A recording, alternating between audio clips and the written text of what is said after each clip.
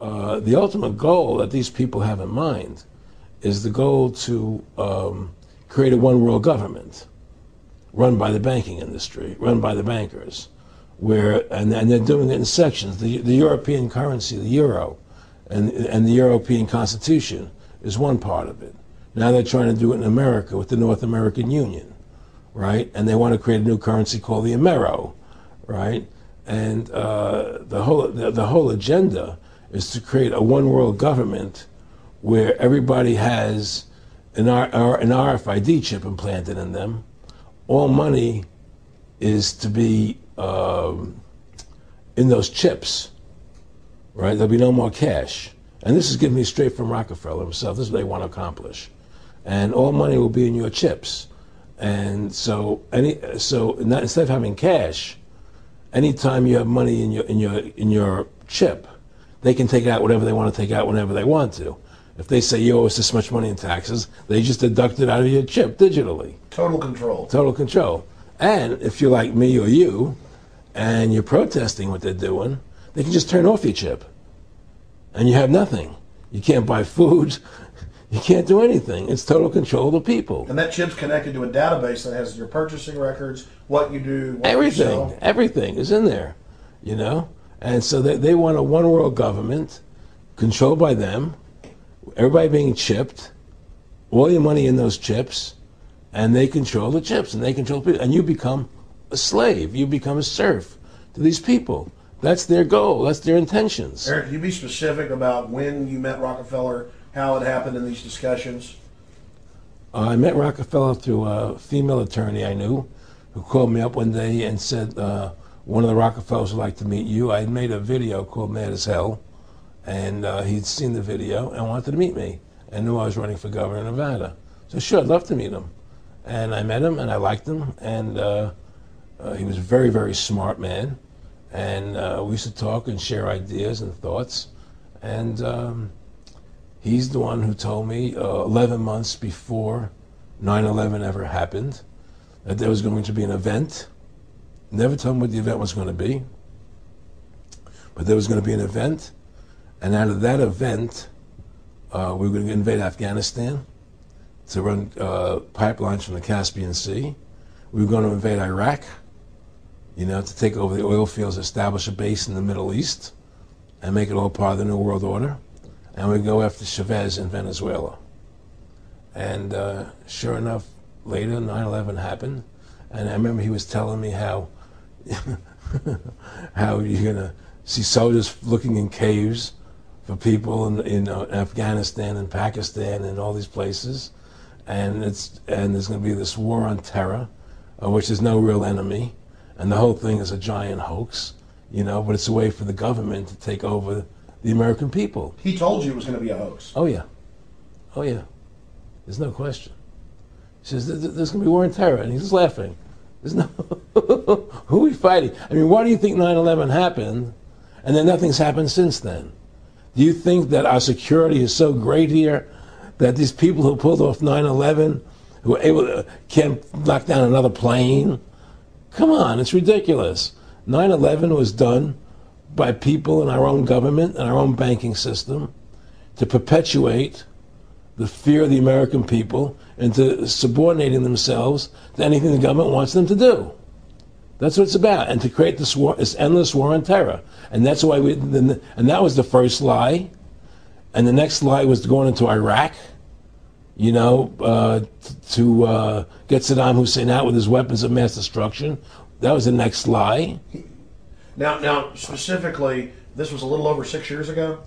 This was 11 months before 9/11. Yeah. And Nick Rockefeller, who's a lawyer, he's become your friend over the previous years, and he's saying to you that there's going to be this big event, and then out of that we're going to have a war on terror, and it's just going to go on and on. Right, an endless war on terror without any real enemy.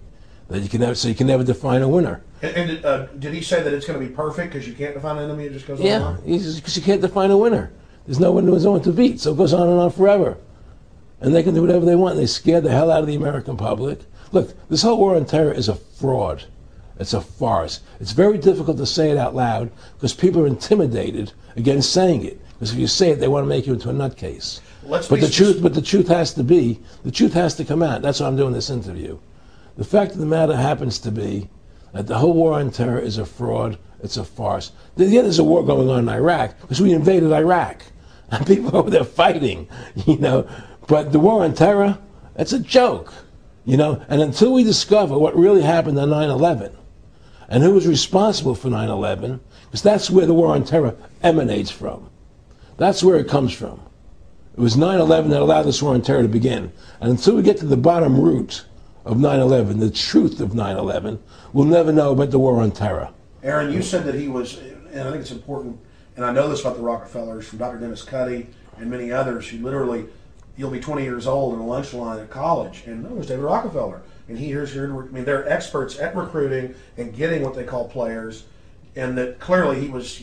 I mean, I want to make it specific and just get you to reiterate what you said last night about you got 30% of the vote. You were having an effect. You made mad as hell. They knew that you'd started the Constitution Party. Yeah. They knew that you were somebody who was taking action and getting things done. You'd already made some big films, had a lot of other successes. Right. So they were trying to recruit you, and didn't it come down to the point of, hey, we are here to recruit you, and don't worry, your chip's going to say, don't mess with us. You know, this guy's don't touch. Yeah, yes, that did happen. I was definitely being recruited, but it's more subtle than that. Well, in your words, just go through the process, and then what he said. Well, what it is remember, we were friends, and we used to go to my house a lot. We'd have dinner, we'd talk, and he'd tell me about business investments that he'd get involved in, you know, or they would help me with this business investment or that business investment. And was I interested in joining the Council on Foreign Relations? You know, I would have to get a letter to join them, but was I interested in that? And, you know, just stuff, you know, leading you on. And I used to say to him that I never really did that because that wasn't where I was coming from. You know, as much as I like you, Nick, you know, your ways and my ways, we're on the opposite side of the fence. You know, I don't believe in enslaving people, you know, and he would come back with, oh, I do? Or? Well, it would be more like, you know. It's better for them. Well, it's more like, you know, how do I put it? It was like, what do you care about them? What do you care about those people? What difference does it make to you? Take care of your own life. Do the best you can for you and your family. What do the rest of the people mean to you? They don't mean anything to you. They're just serfs. They're just people. You know, it was just a lack of caring, you know, and that's just not who I was. It was just sort of like cold, you know. It was just like cold, you know. And I used to say to him, what's the point of all this? You have all the money in the world you need. You have all the power you need. What's the point?